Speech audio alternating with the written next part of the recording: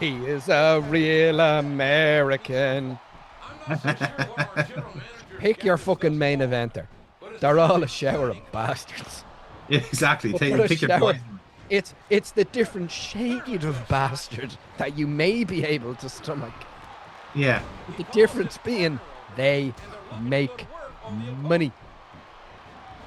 that's When all that you see, matters. Yeah. when you see their t-shirt of their wrestler, I'm telling you right fucking now, the Jacob Fatu got over because that fucking t-shirt was deadly and Oh God. still is. They said Samoan werewolf. Someone mocked that up, and that because it was on the fucking stand, it was at the fucking live show, and I went, Mm. God damn, that's a cool fucking shirt. And We then really can't understate how important it is to get good fucking merch as well, especially on the indie side. Like CCK have made the fucking absolute killing. They just cemented a career from merch alone because they made good stuff and everything was marketed well and all of it was just on fucking point. It was excellently done. And again, something a like lot of something redacted people also market themselves exceptionally well. everyone thinks they know what they're doing. Present company included. No Yeah, no shilling required. I made a t-shirt. It may be visible now. I'm not yeah, going to shill it. I'm making a point. I thoroughly believe, as beautiful as it is, I looked at it and I came up with a new design today and went, yeah. ooh, that's an interesting way to go. Mm, And the word is simplicity. yeah. The Always is. word is simplicity. I know what I'm doing with the current iteration, and I've a key thing that's not for me. It'll be for you when you wear it, and you'll see it. Because Mm, you'll wear it, and someone's going to come up and talk to you about wrestling. That's literally what the shirt is designed for, is to have a yeah. chat about wrestling. That's all it's for. It's for you. It is me walking down. It was like Mary Street, and I saw a lad, and I went, "Yo, Bullet Club, too sweet, me bro, too sweet." And he walked away. We never spoke afterwards. That was it. Yeah, That was all we were doing, because we're wrestling fans. We're socially awkward. It that's was it. just, but that's exact like your merch. Raven has the best merch out at the moment. Lovely red motif of her looking mental. Yeah, I've seen that. Nice. Yeah. Lovely. It's simple. Sarah bought it, wore it to work on Tuesday. There's a reason that woman's my wife.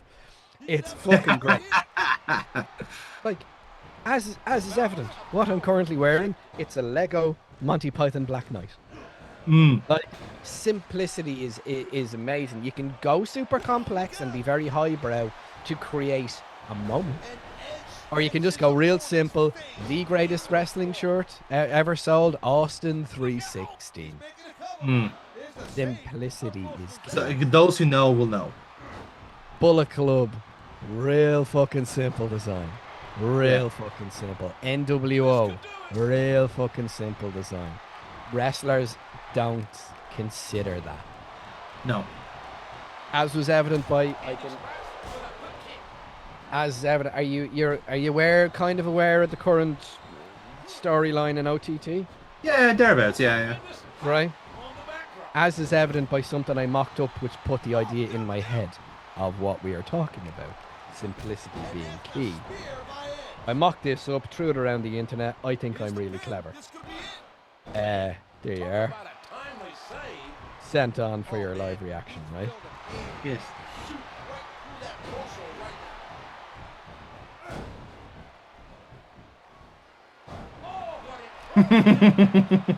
Yes, I approve of that. I Simple, approve of that. Yeah. referential, really cute, really clever. You tell me Terry Thatcher doesn't wear that for his fucking match at Hmm. Summer Bash, and he doesn't sell that shit out. Yeah. Because it's a fuck you. It's a real fuck you shirt design. And that, I still think someone's on a winner by making a Be Cool Che Guevara motif yeah, on a shirt. I tell you, I still think that's for someone to that's I I'm happy that's that I idea went off then takes it. I went ahead, and after I haven't watched back, and I looked at it and went, oh, that's where that idea came from. I Hmm. messaged B and said, B, have an idea for you, pal. And he went, his words, Jesus, lad, that's a fucking runner. Jesus, Fair enough. I that's actually didn't know that. I didn't. yeah, no, I got onto him. I had Fair enough. to. Yeah. It is that good an idea. I was like, this is too fucking good. I have to tell him. I have to tell this. I'm sorry. I have gotten into a really bad habit of pitching ideas to people. I don't know whether it's liked or not, but I have gone. To be fair, some people like the help they need as well. Like in fairness, like There are so many people I've thrown ideas at between fucking Thatcher and B, the new boy Frankie Vendetta. yeah. And I've just gone. I'm just thrown. Like, who's this fucking wanker telling me what to do? I'm like, I'm just really passionate. It's how I tell people I like what they're doing. I give them loads of ideas. See that was that's always been my problem. Like I have such an imposter syndrome that like that prevents me from doing that. Like again, the only exception would have been the stuff with Tracy back in the day, and that's only because like he approached us. Like he wasn't used to having fans by his own volition. He'd admit that, But the fact that like it was such a novelty to him to have that. There's the fact like yeah, no fuck it, let's work on something here, Haven't put me hand up and shoot me shot going, hey, I know a guy who could help you write a comic. Me. That little kind of, you know what? What's the worst thing they can do is block me. Like, well, we're not going to get a fucking court case out of this. Who's your man? He kept giving me really, really fun merch ideas. That bastard. Yeah, the fucking prick. How dare you? Like, yeah. From everything we've done, all of the schemes and patterns we've run and like referential Irish humour into wrestling and all the stuff we crack jokes on, I'm like, nah, this is too fun. Let's fucking get these going. Like, this is great. Again, if you're talking about referential Irish humour, how has there not been a Be Cool Barry's tea fucking like mock up? Like, if Barry ever Be Cool ever does a pipe bomb, it's called Barry's tea. Yeah, now spill the tea. Fucking no brainer. There's just so much. Yeah. There's just so much in that. Because there's this weird thing of, it's been done. I'm like, yeah, but it hasn't been done by me. It hasn't been done. Like, you can turn around and go, oh, a black shirt with a white logo. It's been done. I'm like, yeah, do it again. It worked. Fucking get it going. Edge never had good merch. Never had good merch. All his merch was shit. Surely Hasn't this game is actually alright. That was one of his better ones, but I agree to okay. But like his iconography was never fucking legendary. Even Taker's merch was pretty shit over the years as well. Austin had nothing to do with fucking skulls and rattlesnake. Like nothing. The snake rattlesnake motif never got over. It was the smoking skull. That's what got him over. And he had nothing to do with it. Had nothing to do with him. He was stone cold Steve Austin had nothing to do with fucking and he calls it the Smoking Skull Ranch because he knows it fucking paid for it.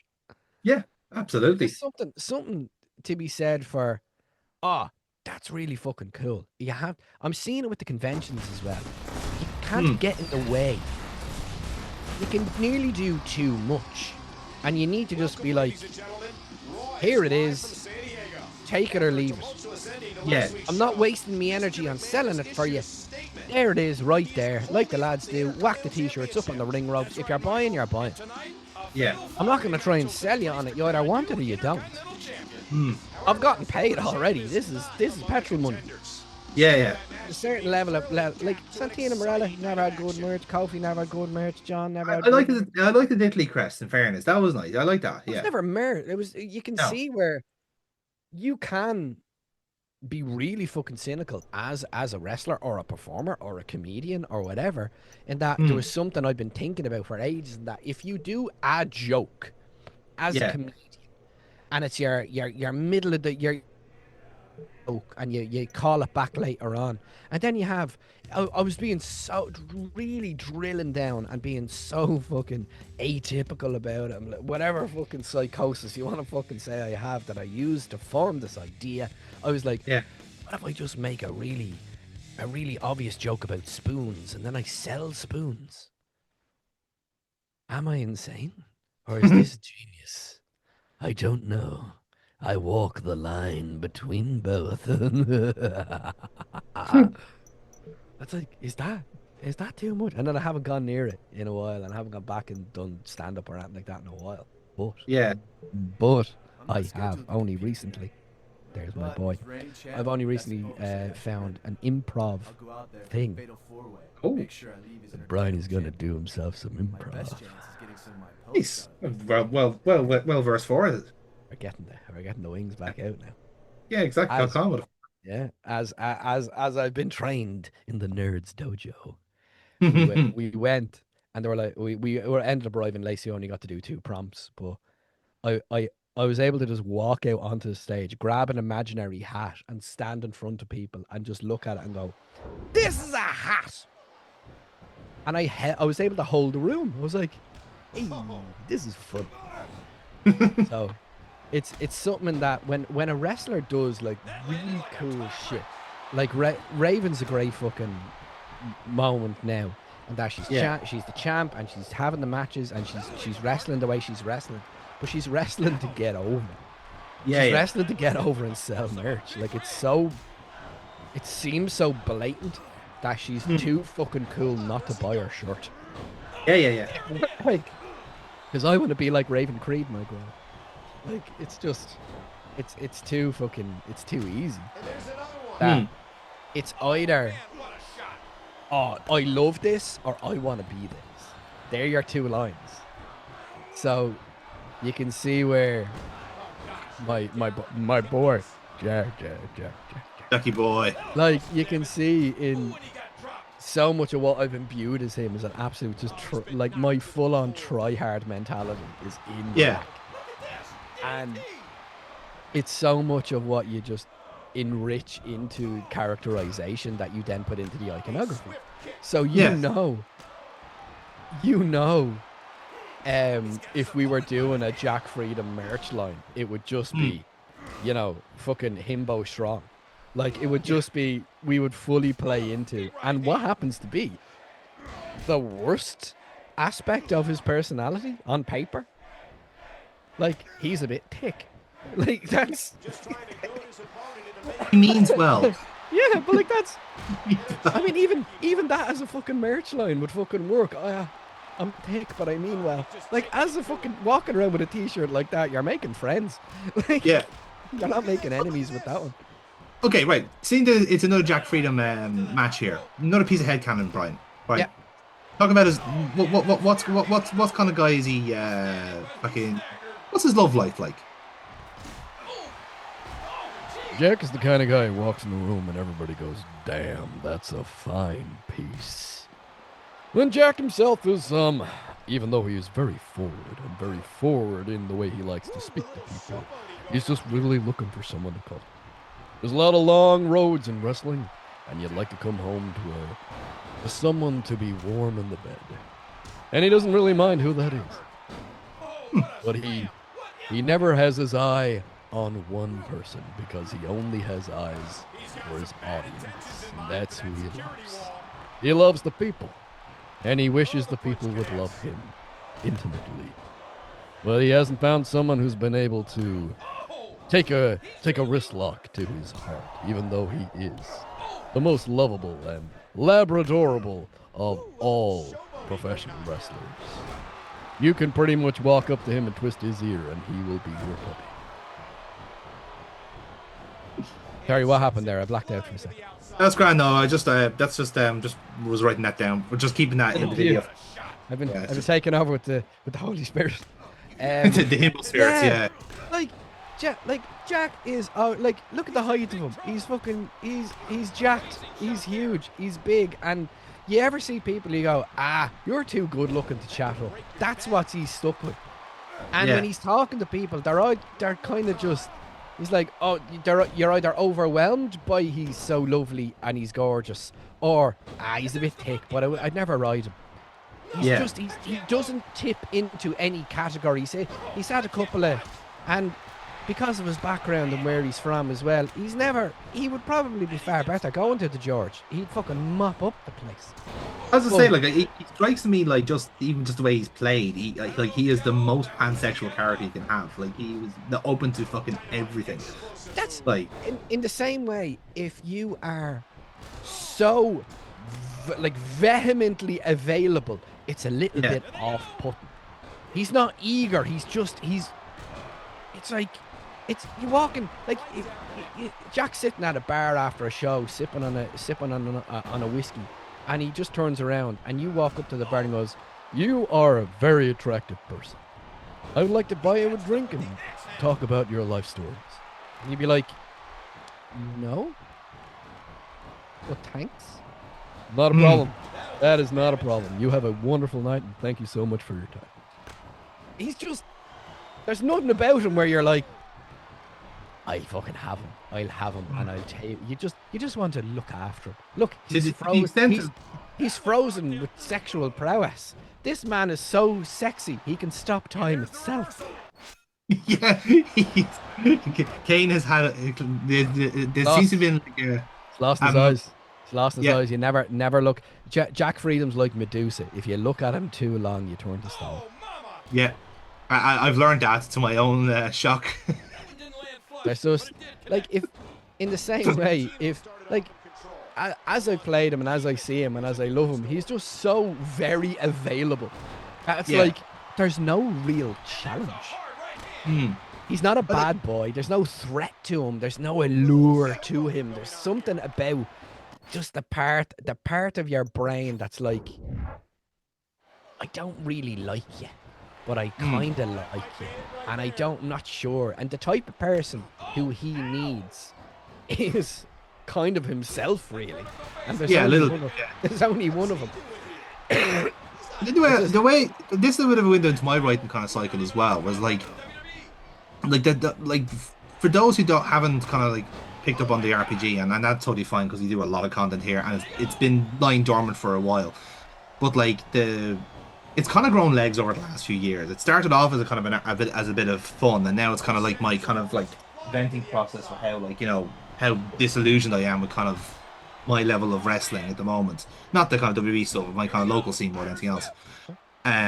But what I kind of like, my kind of basics in terms of like how to get these characters across, right, is asking kind of some kind of basic questions like who they are, where they're going, what they're doing. It is like the 5 questions like who, how, what, where, and why.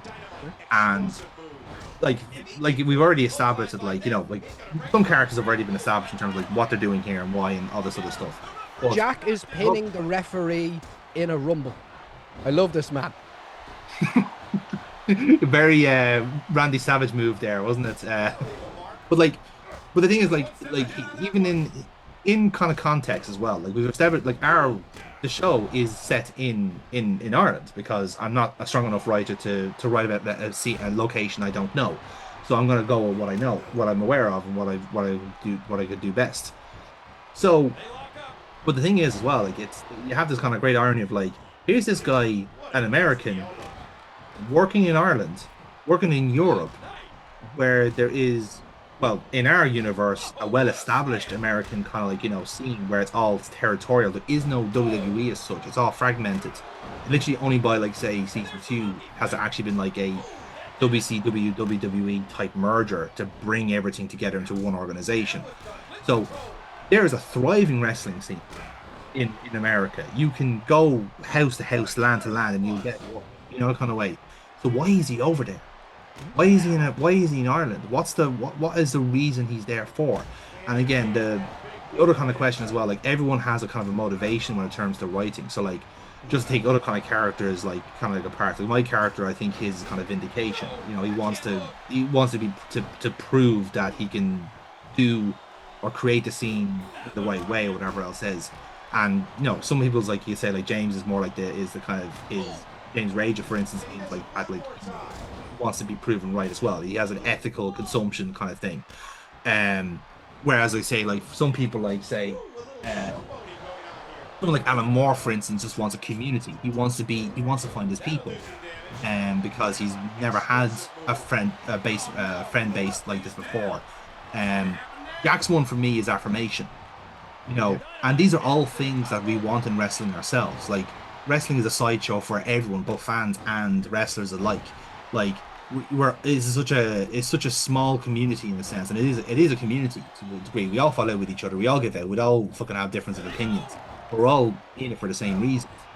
And like whatever kind of little thing I can pick up on, in a sense, is what I latch onto for him when I'm writing. So like I haven't even started writing for Jack yet, but I'm fucking chomping at the bit to start. Because like there is something there. Like you always chip away at somebody and you find something there. And like his is kind of intriguing because like just by the very nature of the character in his environment, it has to be there for a reason. So what's the reason? And that's the fucking chisel I want to get at. We've chatted a little bit about it in our own kind of. Yeah. Of where we want to, where I thought, oh, I think it's like this and this, and you went, yeah, that kind of works with what I want to try and tell. This and this. Yeah. And I can see where, and I've taken Jack into my D&D group in a way, and I have another character who's very Jack coded, which I'm finally learning is very Brian coded.